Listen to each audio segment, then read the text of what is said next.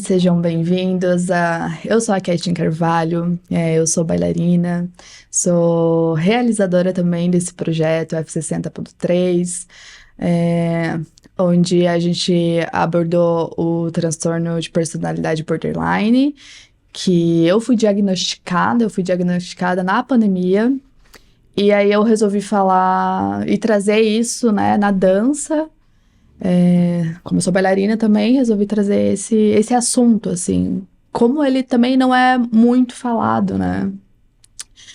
E, e vou contar um pouco para vocês dos meus momentos de crise, como foi o processo, né, desse trabalho.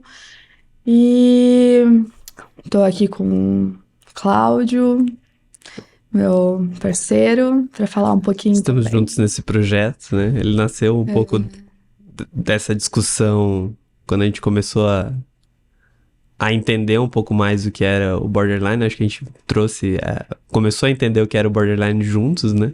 Sim. E aí nasceu essa ideia de usar a dança, que era uma coisa que você tinha essa potência artística aí Uhum. e ajudar isso. Como que é isso? De falar. Usar a dança pra falar sobre esse assunto pra você. É, a dança sempre foi extremamente importante, assim, na minha vida, né? Eu não comecei na dança, assim, tipo, a minha carreira, assim, eu comecei na música. Eu toquei, assim, por algum tempo, quando eu era mais pequena.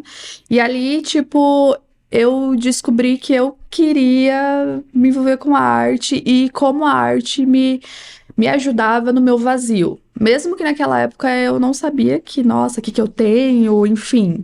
Eu só percebi, assim, muito que a arte em si, ela me preenchia muito, assim. Que é uma coisa do que o border tem muito, né? Que é esse vazio imenso, assim.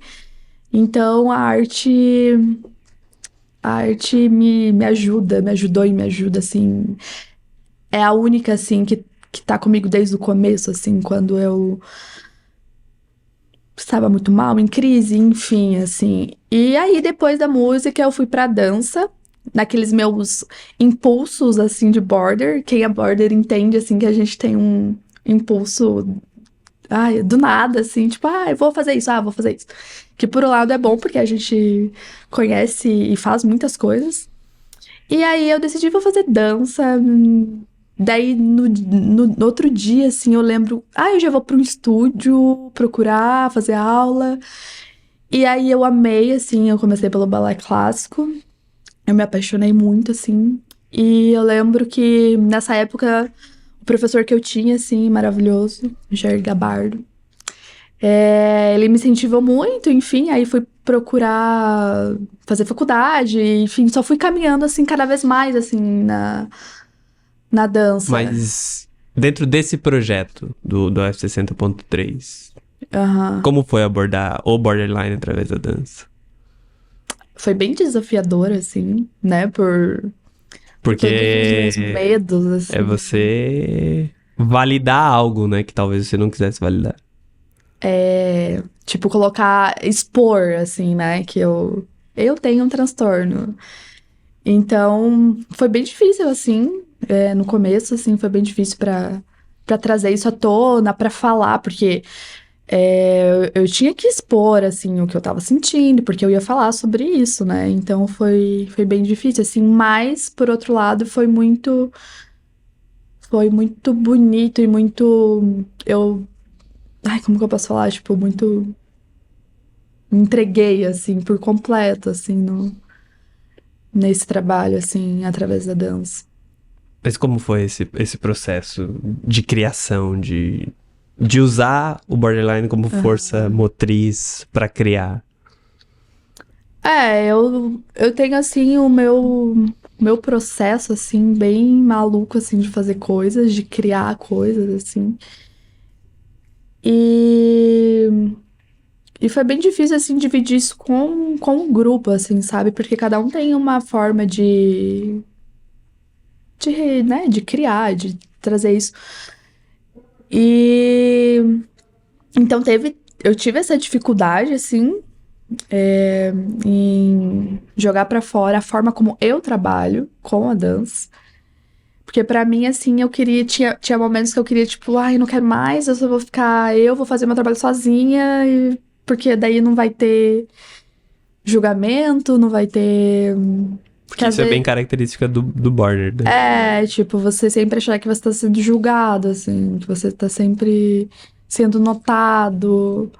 Então, é bem difícil, assim. Tanto que eu tive vários momentos de crise no trabalho. E, e eu passei praticamente o trabalho inteiro, assim, sobre remédio, sobre calmante. Porque eu me desesperava muito, assim, pelo que as pessoas vão achar, né? Que também tem isso no Border, né? Tipo, aquela preocupação, tipo, de o que que as pessoas vão pensar de mim, o que que elas vão achar. Então eu sempre tinha que ser perfeita, eu sempre tinha que mostrar o melhor, o meu máximo, o meu. E existe essa relação com a convivência, né? De você tá... Como você vai conviver com as pessoas, né? E o Border geralmente deixa as pessoas numa superfície de relação, né? Você teve que ali viver um mês com essas pessoas e se expor. E eu lembro de alguns relatos de... Ah, mas eles não entendem a minha doença? Como que a gente vai... Como que era comunicar isso, essa visão sua dentro de expressar através da dança o que é um pouco que se passa na sua cabeça? É difícil. Sempre é difícil, assim, porque às vezes eu acho que eu não consigo me comunicar, assim, direito, assim. Eu tenho um pouco de dificuldade, assim, de falar, assim, o que eu tenho na cabeça e colocar pra fora. Tipo, eu quero desse jeito, quero daquele jeito. Então, esse lugar, assim, de querer agradar as pessoas me prejudica um pouco, me prejudicou, digamos assim, no trabalho, porque às vezes eu não colocava realmente o que eu queria, assim. Eu deixava andar conforme, sei lá, o grupo tava indo, assim. E é isso, tipo, eu não. Tenho que aprender a me colocar nesse lugar, assim, ainda que é um pouco difícil, Uhum, assim. legal. E como que você acha que é conviver com uma pessoa de Border do ponto de vista externo? Eu acho que é muito difícil. Eu acho que você pode falar melhor, assim, porque você convive comigo. E... Mas eu sei que é difícil. É... Eu acho que dentro desse convívio, né, a gente tem aí mais ou menos uns 3 anos de convívio. Então eu posso dizer que eu vi um pouco o borderline bem de perto e eu não conhecia, era um transtorno que eu nunca tinha escutado falar mesmo, assim. Você conhece, a gente ouve bastante sobre outros transtornos, né? A gente ouve, putz, sobre bipolaridade, depressão que não é um transtorno, né? Assim, mas eu, né, buscando entender dentro da nossa relação o que não funcionava, porque várias coisas não faziam sentido pra mim, várias coisas eram extremamente intensas, Sim. né? A gente começou a procurar e aí eu lembro que eu comecei a mandar texto, né, falando, olha, será que é isso que você tem? Será que é isso que você tem? E e essa convivência é um desafio, né? Porque é uma montanha russa diária de nunca saber o que vai acontecer, de nunca saber como vai estar, de tentar. A gente tem que abrir mão do. Não sei se a palavra certa é o ter a razão, mas de ter as coisas justas, assim. Putz, isso não faz sentido, né? Eu acho que um dos nossos grandes embates sempre foi a questão do.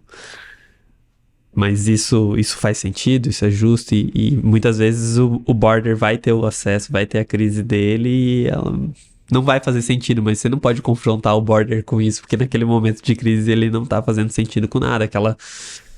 Aquela raiva é muito genuína, aquela explosão é muito genuína, aquela insegurança é muito genuína, por mais que seja baseada em algo que não necessariamente é correto ou é a verdade. Sim. Então acho que esse foi um grande desafio, tem sido um grande desafio nosso de conseguir dar o espaço um pro outro e acolher mesmo nesse momento difícil, porque é muito difícil pra quem tá em volta lidar com os momentos de crise, porque eles são muito destrutivos, né? O Border, ele destrói quando tá em crise tudo que ele gosta, tudo que ele ama, ele de uma hora pra outra ele deixa de amar, ele começa a odiar e começa a querer desfazer todos os laços que ele tem com o mundo pelo medo de ser abandonado, que é um, né?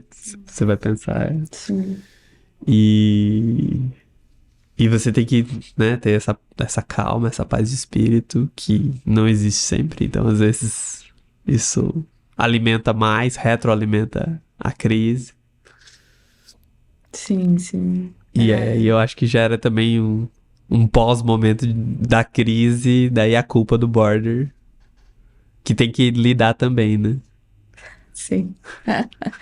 É muita coisa pra lidar. Eu acho que o mais difícil, né? Não sei, você que me diz, é a questão da mudança de humor, né? E em como eu mudo de humor assim o tempo inteiro. E às vezes não aconteceu nada específico, nada muito, sei lá, grandioso, assim, tipo, pra eu mudar.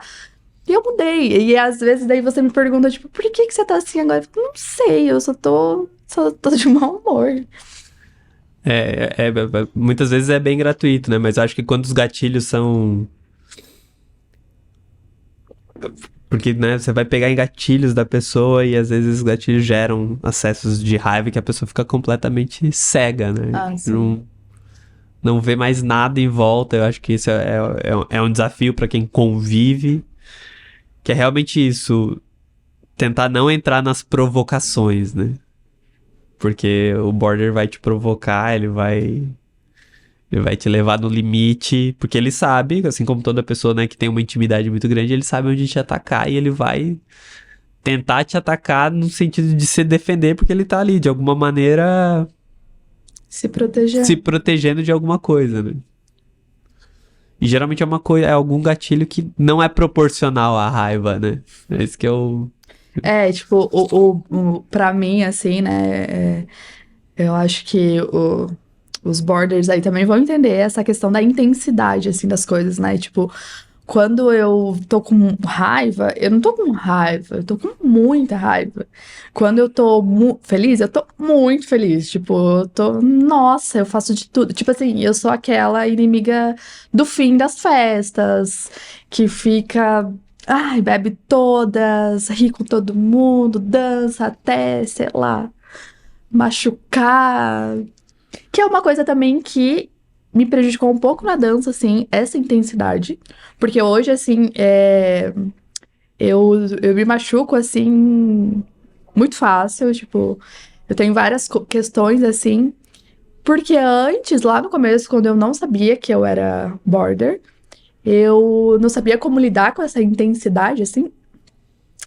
E na dança, era o momento que eu extravasava tudo. Então, quando, sei lá, eu tava passando uma sequência e era só pra passar, entendeu? Pra marcar, assim, não, eu fazia com tudo, assim, entendeu? Eu trabalho muito com dança contemporânea e tem muitas questões, assim, no chão, de rolamento e tudo mais. Então, assim, eu sempre fazia aquilo com muita intensidade, tipo assim, muita mesmo. Então, eu sempre acabava me machucando, sempre acaba me machucando muito, assim. Por essa intensidade que às vezes me prejudica, assim. Me prejudicou bastante na dança. Dentro da relação, né, isso acaba...